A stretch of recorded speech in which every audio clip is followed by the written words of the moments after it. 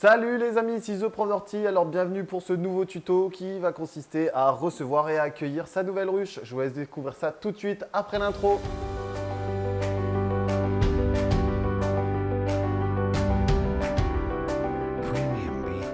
Alors voilà, ça y est, vous êtes lancé pour devenir apiculteur, pour avoir une première ruche ou deux ruches à la maison.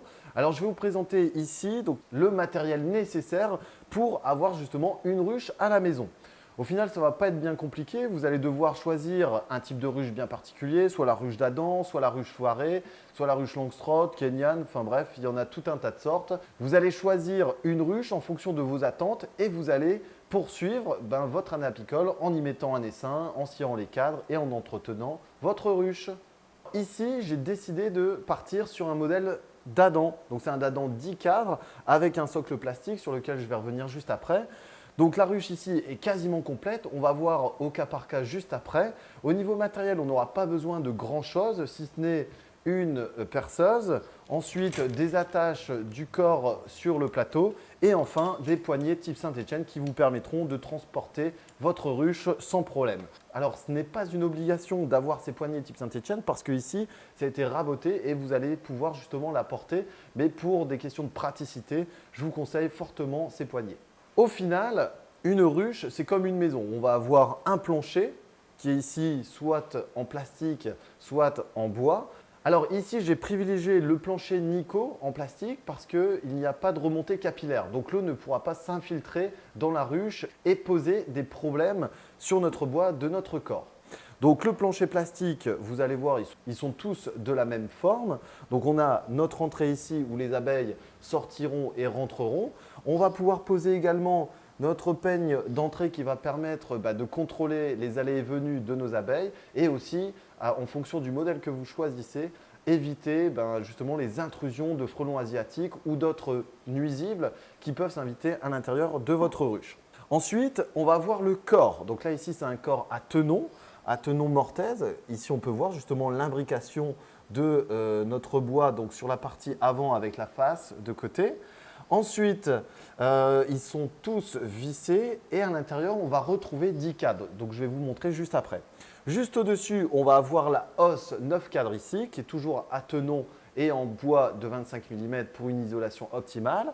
Si j'enlève maintenant le toit, donc ici qui est un toit Galva standard d'Adam 10, donc il va vous permettre d'abriter vos abeilles et aussi d'éviter les entrées d'eau et les infiltrations d'eau dans votre ruche. Là ici, on retrouve le couvre-cadre. Alors désolé, c'est un vieux couvre-cadre, mais c'est celui que j'ai voulu vous présenter. Donc ce couvre-cadre ici, c'est un que j'ai réalisé en contreplaqué qui va être changé ici. Donc avec un rond central qui va vous permettre d'accueillir le candie en période hivernale et qui va vous permettre en même temps de contrôler si à l'intérieur de votre ruche tout va bien. Et ça évite également les forts courants d'air. Vous pouvez également créer ces formes de couvre-cadre en PVC que vous allez également pouvoir percer. Vous gardez toujours le couvercle pour reboucher et vous allez pouvoir observer en hiver la grappe où elle se situe à l'intérieur de votre ruche. Le dernier élément que je vais présenter en premier ici, c'est le nourrisseur. Donc le nourrisseur, c'est indispensable pour votre ruche, donc qui va vous permettre de faire la pointe au niveau du sucre et au niveau du nourrissement de vos abeilles. Donc si on regarde bien, à l'intérieur, vous avez une sorte de pont. Donc les abeilles vont pouvoir rentrer ici, venir chercher le sirop sur cet endroit-là et le rapporter dans la ruche pour faire des réserves. Donc ce nourrisseur est paraffiné, c'est un nourrisseur de 7 litres ici qui va vous permettre en phase basse pour un nourrissement quasiment printanier à estival et retourner au-dessus du couvre-cadre va vous permettre le nourrissement hivernal au-dessus du couvre-cadre. Alors, je vais vous présenter maintenant l'intérieur de notre hausse et ensuite on viendra faire l'intérieur de notre corps.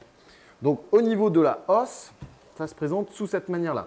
Donc ici, la hausse, c'est ce qui va accueillir le miel en période estivale. On va avoir entre cette hausse et notre corps une grille à reine qui va être disposée au-dessus qui va limiter et éviter surtout que la reine ne monte dans la hausse pour pondre. À l'intérieur de cette hausse, on a 9 cadres qui seront filés de cette manière-là et vous allez devoir justement y mettre la cire, les feuilles de cire que vous allez acheter soit en magasin apicole ou que vous allez réaliser par vos soins.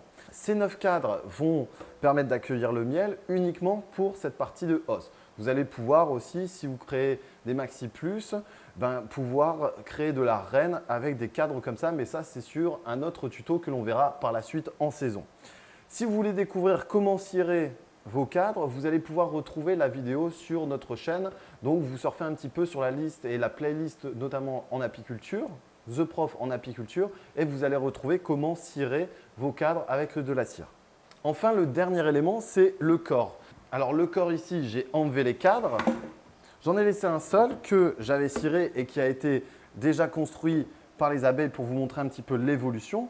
Donc, on va disposer une feuille de cire sur notre cadre et on va la coller quasiment sur nos fils. Donc, vous allez avoir 10 cadres qui seront présents dans votre corps. Vous avez les crémaillères qui sont disposées là. Et à l'intérieur, vous avez les bandes intercadres qui vont permettre d'éviter que vos cadres ne bougent lorsque vous manipulez votre ruche. Donc ici, on a 10 cadres qui seront posés. Sur les périphéries, principalement, on aura une concentration de miel, voire de pollen.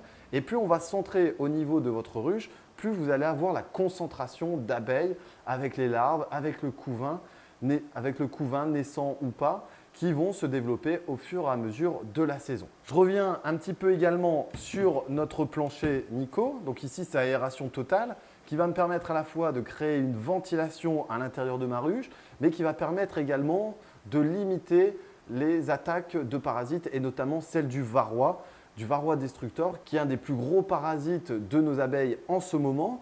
Donc le varroa va littéralement tomber au travers des mailles que l'on peut voir partout sur notre fond grillagé.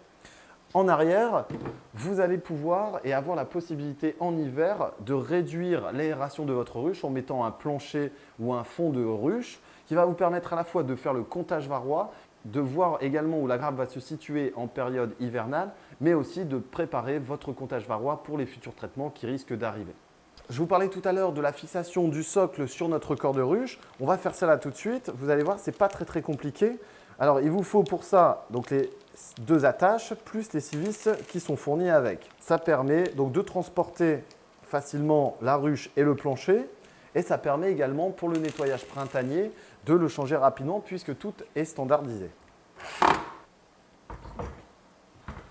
Voilà, au final, ça m'a pris même pas 30 secondes à 40 secondes, ce qui va permettre justement donc, le maintien de notre plancher avec notre corps. Ensuite, j'aimerais bien faire le point au niveau du matériel sur la protection individuelle. Donc, vous allez avoir besoin d'une vareuse intégrale, surtout si vous commencez. Ensuite, 2 chaussures montantes ou de bottes, pourquoi pas. Et ensuite, 2 gants qui vont vous permettre d'avoir une étanchéité à l'intrusion d'abeilles dans votre combinaison. Voilà, ici, il n'y aura pas de risque. Donc, des gants qui montent assez haut, des bottes et une combinaison intégrale. Maintenant, au niveau de la législation, il vous faudra mettre un numéro sur votre ruche, votre numéro apicole, le NAPI, qui devra être visible sur votre rucher. Alors, vous pouvez faire soit une pancarte ou alors mettre l'inscription directement sur votre ruche à raison de 8 cm de hauteur sur 3 cm de largeur pour chaque numéro. Et ça, vous pouvez découvrir ça sur le site du ministère de l'Agriculture. La prochaine étape sur votre ruche va consister justement à la mise en place de la peinture, à l'application de la peinture. Alors, vous avez également plusieurs possibilités. La première, c'est la peinture du suédois que vous allez également pouvoir retrouver dans mes tutos qui va vous permettre d'avoir une teinte assez jolie, qui est une peinture à la fois naturelle et qui va tenir dans le temps. Elle ne coûte pas cher et elle est assez sympa à fabriquer et aussi à appliquer. Il vous faudra compter 2 couches par an sur les 2 premières années et ensuite une nouvelle couche quasiment 2 ans après. La seconde méthode consiste à appliquer de l'huile de lin tiède qui va vous permettre justement d'avoir un coloris plutôt naturel et qui est assez joli. La troisième méthode va consister à brûler votre ruche à la fois à l'intérieur mais à l'extérieur qui va permettre d'hydrofuger votre ruche. Et enfin, la thermopeinture qui a un coût bien plus important, qui fait ses preuves mais qui, à mon avis et à mon goût, n'est pas très joli. Enfin, il manque quelque chose à l'intérieur de ma ruche, il va manquer des abeilles. Donc si vous souhaitez y incorporer un essaim, vous avez la possibilité soit d'acheter un essaim, soit d'essayer de faire accueillir un essaim. Et ça, vous allez également pouvoir découvrir ça dans les vidéos. Le plus simple, c'est de vous renseigner auprès d'un rucher école ou alors de découvrir cette passion avec d'autres apiculteurs et des apiculteurs chevronnés qui pourront vous aider à l'incorporation et à la mise en place de cet essaim dans la ruche. Voilà les amis, c'était un petit tuto donc sur l'installation de ma première ruche à la maison. Vous allez pouvoir découvrir les autres vidéos sur les abeilles. comment faire son essaim, comment réceptionner un essaim. Tout ça, c'est sur la chaîne. Je vous dis à très bientôt. N'oubliez pas le petit pouce bleu et le partage. À très bientôt les amis. Salut!